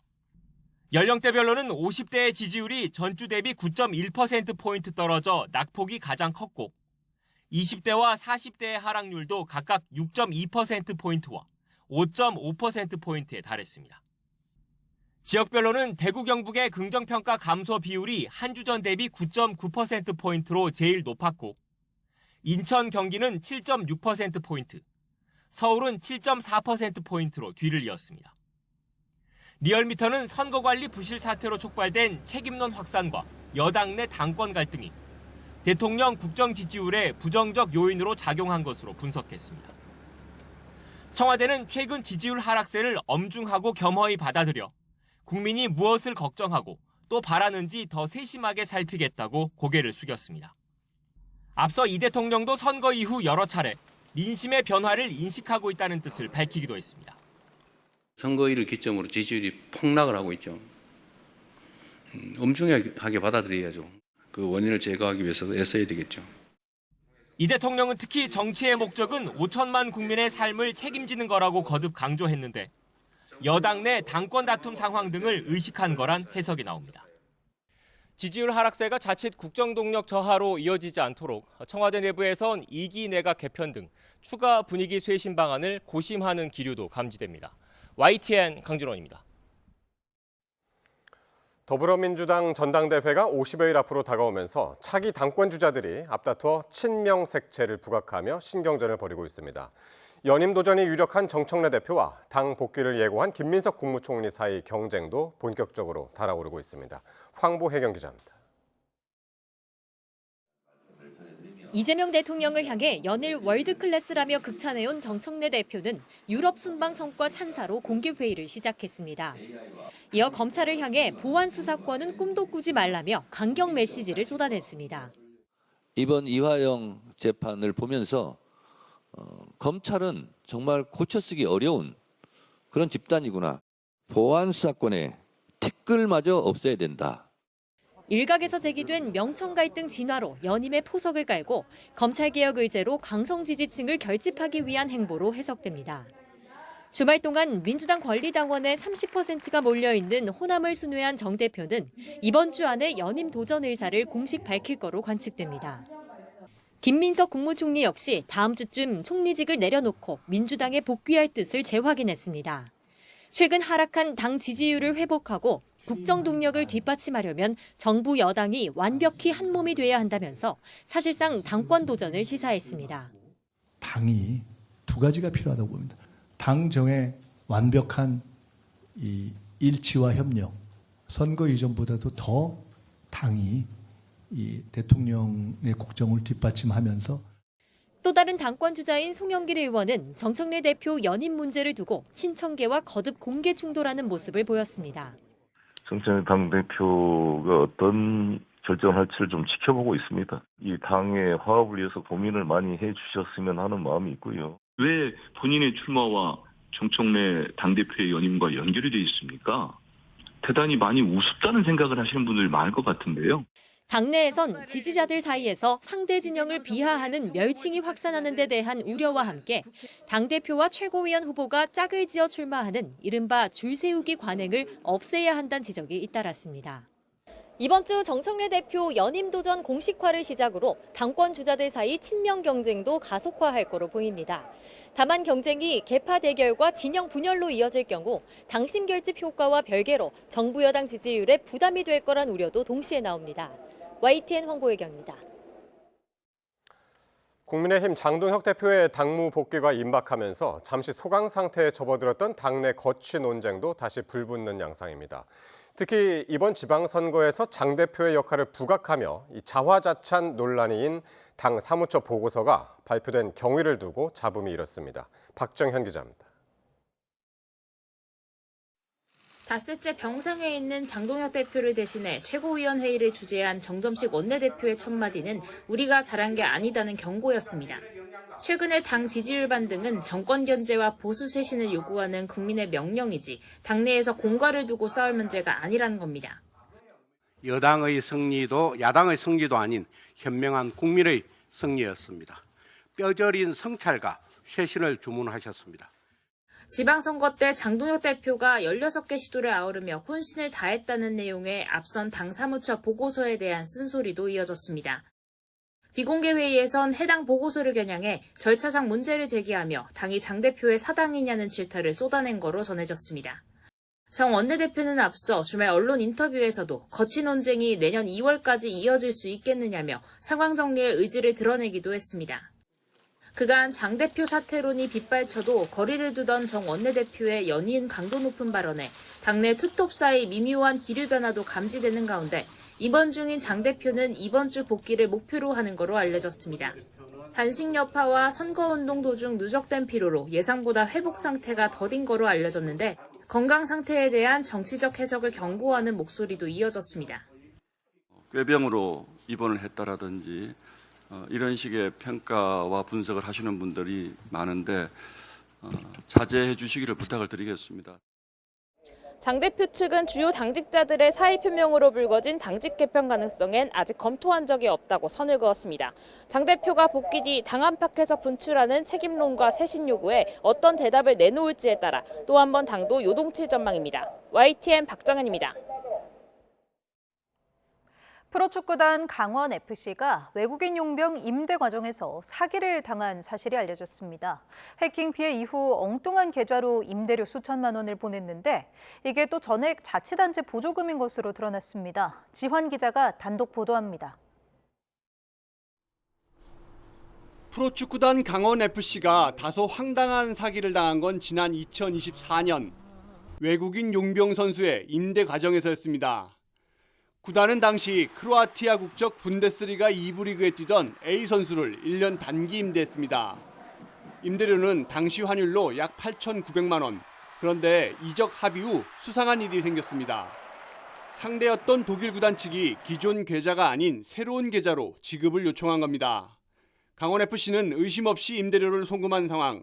하지만 확인 결과 해당 계좌는 독일 구단이 아닌 신원미상 해커가 보낸 것으로 알려졌습니다. 이에 대해 강원FC 측은 상대 구단 이메일이 해킹된 후 발생한 사건이라며 당시 송금한 직원은 퇴사했고 팀장도 징계를 받은 사안이라고 밝혔습니다. 이후 양 구단은 임대료 지급을 놓고 공방을 벌였습니다. 돈을 받지 못한 독일 구단 측은 국제축구연맹 FIFA에 소를 제기했습니다. 지난해 9월 FIFA가 내린 최종 결론은 강원FC 패소, 임대료를 내지 않을 경우 FIFA 징계 가능성까지 더해지자 강원FC는 이자까지 더해 1억 원이 넘는 돈을 독일 구단에 송금했습니다. 강원FC 자체 예산으로 처리했고 이사회 정산을 마친 뒤 사태를 마무리했습니다. 하지만 이게 끝이 아닙니다. 이유는 강원FC가 바로 도민 구단이기 때문인데요. 처음 해커에 잘못 보낸 8,900만 원 전액은 사실 강원도가 예산을 세워 지급한 전액 보조금이었습니다. 2024년 당시 강원도가 강원FC에 지급한 보조금은 연 120억 원. 선수단이나 코치진 급여 또는 외국인 선수 이적료 등에만 사용하도록 지정돼 있습니다. 결국 해커에게 송금한 돈은 규정에 어긋난 상황, 관련법에서도 목적과 다른 보조금 사용은 환수 대상입니다. 강원도 역시 사태 파악과 함께 관련 절차를 따져보고 있습니다. 어처구니 없는 구단 행정으로 국제 사기를 당한 프로축구단 강원FC. 사기당한 이적료 전액이 강원도 예산인 것으로 드러나며 파문이 확산하고 있습니다. YTN 지환입니다. 어제 전남 곡성 물놀이 시설에서 초등학생 2명이 숨진 사고와 관련해 합동감식이 이뤄졌습니다. 전남 곡성경찰서는 국립과학수사연구원, 한국전기안전공사와 함께 사망사고가 난 물놀이 시설에서 감식을 진행했습니다. 합동감식 과정에서 경찰은 물놀이 시설에 설치된 수중 조명 설비에서 누전 정황을 파악한 것으로 알려졌습니다. IBK 기업은행에서 상가 분양 가격을 부풀려 대출을 받은 것으로 추정되는 48억 원 규모의 금융사고가 발생했습니다. 기업은행이 오늘 외부인에 의한 사기로 47억 8,500만 원가량의 금융사고가 발생했다고 공시했습니다. 손실 예상 금액은 아직 특정되지 않았는데 기업은행은 수사기관의 수사를 통해 혐의가 입증되는 대로 형사 고소 등 법적 조치를 취할 것이라고 설명했습니다. 인천 계양구 일대에서 10년 동안 고의로 교통사고를 내고 보험금을 가로챈 남성 2명이 경찰에 붙잡혔습니다. 경기 남양주시에서는 터널에서 화물차 추돌 사고가 나며 2명이 다쳤습니다. 사건 사고 소식 배민혁 기자입니다. 좁은 골목길에서 차량이 지나가고 곧이어 검은 옷을 입은 남성이 손목을 부여잡습니다. 오토바이가 뒤를 바짝부터 쫓아오더니 차량이 후진하자 어색하게 부딪히고는 넘어지기도 합니다. 30대 남성 A씨 등 2명이 보험금을 노리고 고의로 교통사고를 낸 겁니다. A씨 등은 지난 2016년부터 10년 가까이 인천 계양구 일대에서 후진하는 차량 뒤에 바짝부터 사고를 유발하는 등의 방식으로 고의사고를 냈습니다. 일당이 이 같은 방식으로 77차례에 걸쳐 가로챈 보험금은 1억 5천여만 원에 달하는 것으로 조사됐습니다. 경기 남양주시에 있는 운수터널에서는 14톤 화물차가 고장으로 멈춰있던 화물차를 들이받았습니다. 이 사고로 2명이 다쳐 병원으로 옮겨졌는데 생명에는 지장이 없는 것으로 전해졌습니다. 사고 여파로 한때 터널 통행이 전면 통제되며 극심한 정체가 빚어지기도 했습니다. 경기 여주시에서는 돼지 5천여 마리를 키우던 축사에서 불이 나 4시간여 만에 꺼졌습니다. 이 불로 다친 사람은 없었습니다. 소방당국은 정확한 화재 원인을 조사하고 있습니다. YTN 배민혁입니다. 미국과 이란이 국제 핵 사찰단의 이란 내 활동 재개에 합의했다고 현지 시간 22일 제이디 벤스 미국 부통령이 전했습니다. 벤스 부통령은 이날 스위스 루첼은 뷰르겐슈토크 리조트에서 기자들과 만나 이란은 국제 원자력 기구 IAEA 사찰단을 자국으로 다시 초청하는 데 동의했다고 말했습니다. 이것은 미국 국민에게 중요한 사건이자 이란의 핵무기 프로그램을 영구적으로 비핵화하거나 종식하기 위한 첫걸음이라고 강조했습니다. 핵 사찰단 복귀는 이번 주 중으로 예정돼 있으며 이란이 IAEA 핵 사찰을 수용함에 따라 종전 합의 양해각서 이행을 위한 기술적 협상이 스위스에서 몇 주 동안 이어질 것이라고 전했습니다. 전 세계 공급량의 20%를 차지하는 카타르의 LNG 생산 거점에서 큰 폭발이 일어나 많은 인명피해가 났습니다. 미국과 이란의 종전 합의에 따라 재가동을 준비하다가 사고가 난 것으로 보이는데 전 세계 에너지 공급망에 다시 충격을 주지 않을까 우려가 커지고 있습니다. 보도에 유투권 기자입니다. 세계 최대 LNG 생산단지인 카타르 라스라판에서 큰 폭발이 일어났습니다. 수십 킬로미터 떨어진 곳에서도 거대한 불길과 연기 기둥이 목격됐습니다. 카타르 정부는 자세한 경위는 밝히지 않은 채 가동을 시작하던 중 폭발과 화재가 일어났다고 확인했습니다. 이 사고로 수십 명이 실종되거나 다친 것으로 알려졌습니다. 라스라판 단지는 인근 해상 가스전에서 추출한 가스를 액화한 뒤 곧바로 수출하는 생산 거점으로 전 세계 공급량의 20%를 맡고 있습니다. 하지만 중동 전쟁이 발발한 직후인 3월 초 이란의 드론 공격을 이유로 생산을 중단했습니다. 이어 3월 중순엔 이스라엘의 가스전 공습에 대한 보복으로 이란이 미사일을 발사하면서 심각한 피해를 봤습니다. 이에 국영기업인 카타르 에너지는 기존 계약을 이행할 수 없게 됐다며 불가항력을 선언했습니다. 또 피해를 완전히 복구하는데 길게는 5년이 걸릴 수도 있다고 밝혔습니다. Qatar gas field, which produces a large part of Qatar's gas, has got damaged to the extent of, I think, 17% of its output, and people are saying 3 to 5 years to get it fixed. 라스라판에서 생산되는 LNG의 90%는 인도와 한국, 일본 등 아시아로 수출되고 있습니다. 재가동을 준비하는 시점에 대규모 폭발 사고가 일어나면서 전 세계 공급망에 큰 충격을 줄 수 있다는 우려가 커지고 있습니다. YTN 유통원입니다. 노동계의 기대와 경영계의 우려 속에서 시행된 노란봉투법이 어느덧 시행 100일을 넘겼습니다. 정부는 폭발적인 교섭 요구 증가도 교섭 단위의 과도한 세분화도 나타나지 않았다며 법이 안정적으로 자리 잡고 있다고 평가했습니다. 이문석 기자입니다. 지난 15일 중앙노동위원회는 하청급식업체 노동자에 대한 한화오션의 사용자성을 인정했습니다. 노후시설 개선 권한이 원청에 있다는 점에서 산업안전과 작업환경 의제에 한해 하청 노동자와 직접 대화하라고 판단한 겁니다. 노란봉투법이 가져온 변화에 경영계는 이른바 교섭 쓰나미가 현실이 됐다며 우려를 나타냈습니다. 실제로는 어떨까? 시행 100여일이 지난 현재 원청 439곳이 하청노조로부터 교섭 요구를 받은 거로 조사됐습니다. 다만 시행 첫 달 363곳이 교섭 요구를 접수한 뒤 4월 42곳, 5월 23군데로 추가 제기는 눈에 띄게 줄었습니다. 하청업체가 많은 기업의 경우 노란봉투법 때문에 1년 내내 교섭만 할 거라는 우려는 현실화됐을까? 지금까지 노동위원회가 교섭 단위 분리를 결정한 곳은 신청이 들어온 29개 원청 중 12곳. 고용노동부는 분리된 12곳 원청의 최대 분리 사례가 3개라며 지나치게 세분화된 양상은 없었다고 밝혔습니다. 일각에서 우려했던 교섭 요구의 폭발적 증가나 교섭 단위의 과도한 쪼개기는 현실에서 나타나고 있지 않다, 이렇게 말씀드릴 수 있습니다. 그렇다고 교섭 요구와 교섭 단위 분리 신청 증가 가능성이 아예 사라진 건 아닙니다. 많은 하청 노조들이 앞서 교섭 요구 등을 제기한 비슷한 처지의 기업 상황과 노동위원회 판단을 지켜본 뒤 움직일 수 있다는 전망도 나오고 있습니다. YTN 이문석입니다. 서울시가 지하철 무임승차 연령을 70세로 높이는 방안을 본격화합니다. 여기서 아낀 재원으로 어르신들의 버스비 일부를 지원하겠다는 건데 대한노인회도 긍정적인 반응입니다. 양희력 기자가 보도합니다. 서울시가 현행 65세인 지하철 무임승차 연령을 70세로 상향하는 정책을 추진합니다. 이를 통해 그동안 누적된 운송 적자를 축소하겠다는 겁니다.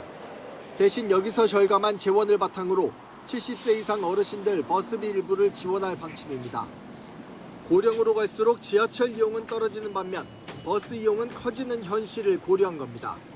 어르신들이 지하철은 무료 이용이 가능하지만 거주지가 지하철역과 가깝지 않은 경우 복지 혜택을 누리기 어렵다는 점도 한몫했습니다.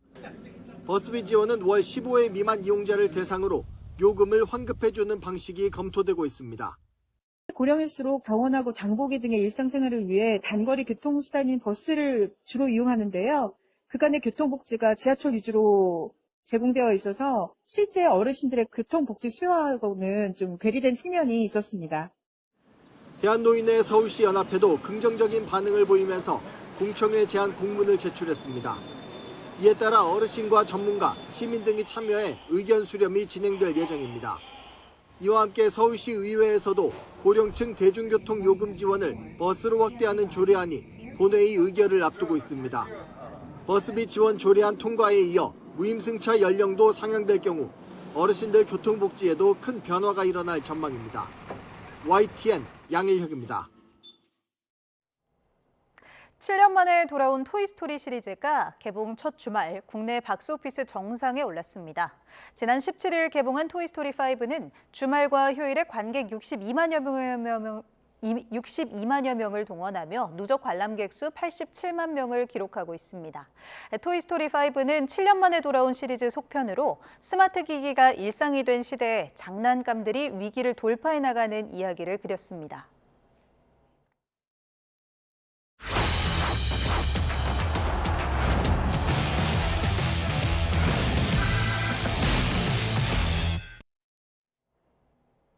우리나라의 조별리그 마지막 상대 남아프리카 공화국은 베이스 캠프인 파추카에 남아 하루 더 조직력을 다졌습니다. 핵심 미드필더 2명이 한꺼번에 빠진 공백을 메꾸는데 고민을 거듭하고 있습니다. 이경재 기자입니다. 남아공의 베이스 캠프인 해발 2,400m의 고지대 파추카. 70대 108 휴고 브로스 감독이 선수들에게 직접 전술 지도를 합니다. 1무 1패로 조 최하위. 위기에 물렸지만 남아공 선수들은 크게 웃으며 밝은 표정으로 훈련에 나섰습니다. 하지만 브로스 감독의 심각한 표정처럼 상황은 좋지 않습니다. 핵심 미드필더인 지무아네가 멕시코전 거친 퇴장. 모코에나는 체코전 경고 누적으로 우리와 경기에 뛸 수 없습니다.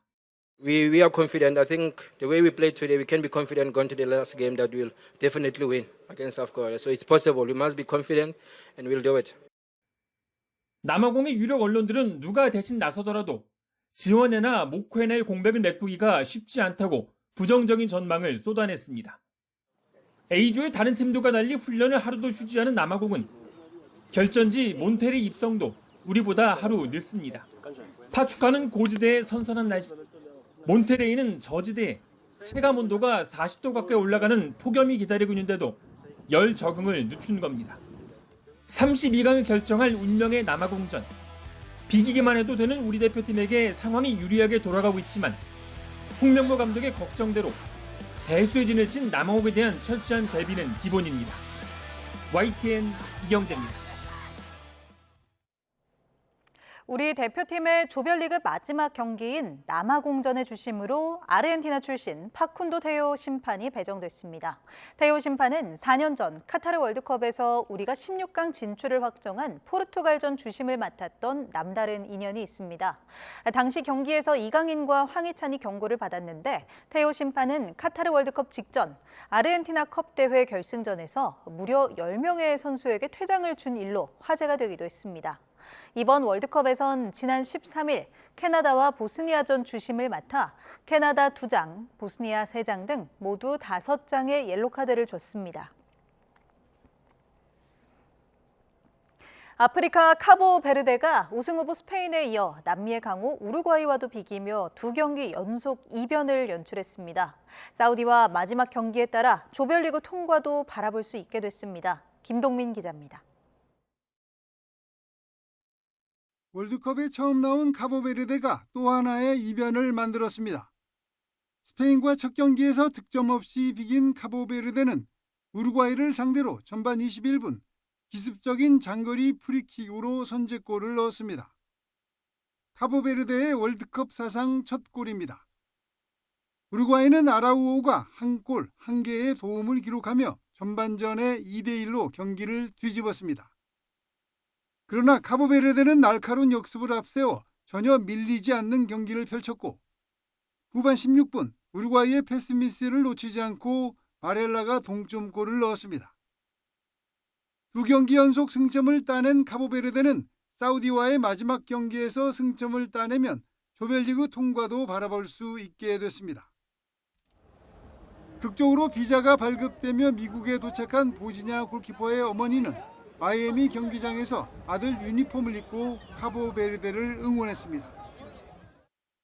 스페인은 사우디를 상대로 4골을 몰아넣으며 대회 첫 승리를 거뒀습니다. 스페인의 신성 라민 야말이 월드컵 데뷔골을 넣었고 오야르사발이 2골, 1개의 도움을 기록했습니다. 스페인은 슈팅 수 22대 3, 유효 슈팅은 8대 1로 사우디를 압도했습니다. 이란은 한 명이 퇴장당한 벨기에와 득점 없이 비겼습니다. 이란 골키퍼 베이란 반드는 7개의 세이브를 기록하며 팀 패배를 막았고 이란과 벨기에는 나란히 2무승부를 기록했습니다. YTN 김동문입니다.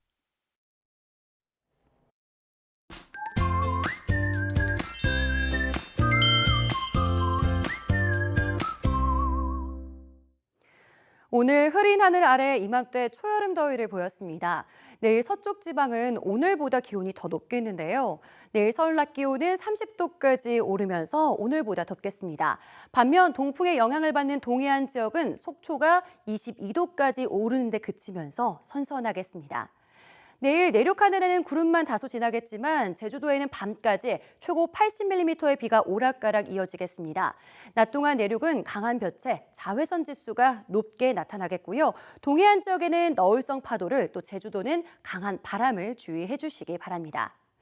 내일 아침 기온은 오늘보다 조금 낮겠습니다. 서울 19도, 대전과 울산은 18도로 출발하겠습니다.